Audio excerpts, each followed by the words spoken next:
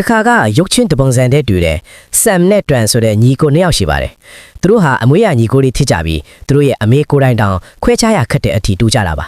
ဒါပေမဲ့သူတို့ရဲ့စိတ်နေစိတ်ထားကတော့ကောင်းကင်နဲ့မြေကြီးတို့ကွာခြားလာပါတယ်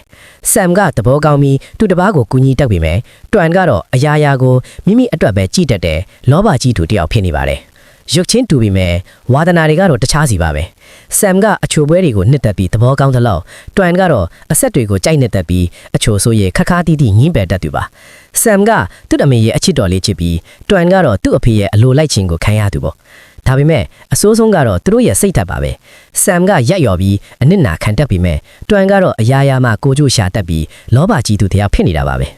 အချိန်တွေကုံဆုံးလာတာနဲ့အမျှညီကိုနှစ်ယောက်လုံးဟာလူလားမြောက်လာကြပါတယ်တတိမှာတော့သူတို့ရဲ့အဖေကပိုင်ဆိုင်တဲ့စီးစိမ်တွေကိုအညီအမျှခွဲဝေပေးဖို့ဆုံးဖြတ်လိုက်ပါတယ်ဒါပေမဲ့လောဘကြီးတဲ့တွန်ကတော့ဒါကိုသဘောမတူပါဘူး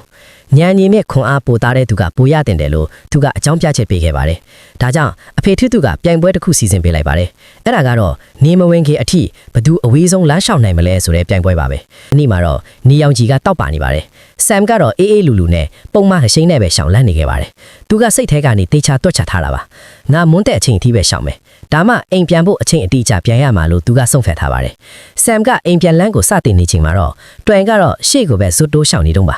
သူဟာဆမ်ထက်နှစ်ဆမကဝေးတဲ့အကွာအဝေးကိုရောက်နေပါပြီ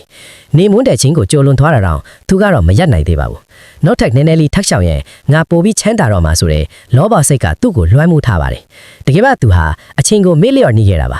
ကောင်းကင်တစ်ခုလုံးလိမ်မော်ရောင်တန်းပြီးနေဝင်ချိန်နီးမှာတွန်ဟာထိတ်ကလန့်တကြနဲ့အိမ်ကိုအပြေးအလွှားပြန်လွှဲခဲ့ပါတယ်ဒါပေမဲ့သူဟာလန်ဒဝစ်တောင်မရောက်ခင်ပါပဲမှောင်အတိကျသွားခဲ့ပါပြီမွန်းတက်လို့နေမင်းကြီးကခေါင်းပေါ်တက်တဲ့လောက်တဲ့အခါမှာတော့ဆမ်ဟာချက်ချင်းပဲနော့လွယ်ပြီးအိမ်ပြန်လန်းကိုစတင်ခဲ့ပါတယ်သူဟာအမွေကိုအလောတကြီးမလို့ခြင်းပဲသူ့ရဲ့အင်အားနဲ့အချင်းကိုမှန်မှန်ကန်ကန်အသုံးချခဲ့တာပါနောက်ဆုံးမှာတော့တွန်ကအမှောင်ထဲမှာပင်ပန်းနွမ်းနေစွာနဲ့အိမ်ပြန်ရောက်လာခဲ့ပါတယ်သူ့ရဲ့လောဘကြောင့်ပဲအရာအလုံးကိုဆုံးရှုံးခဲ့ရတာပါပဲ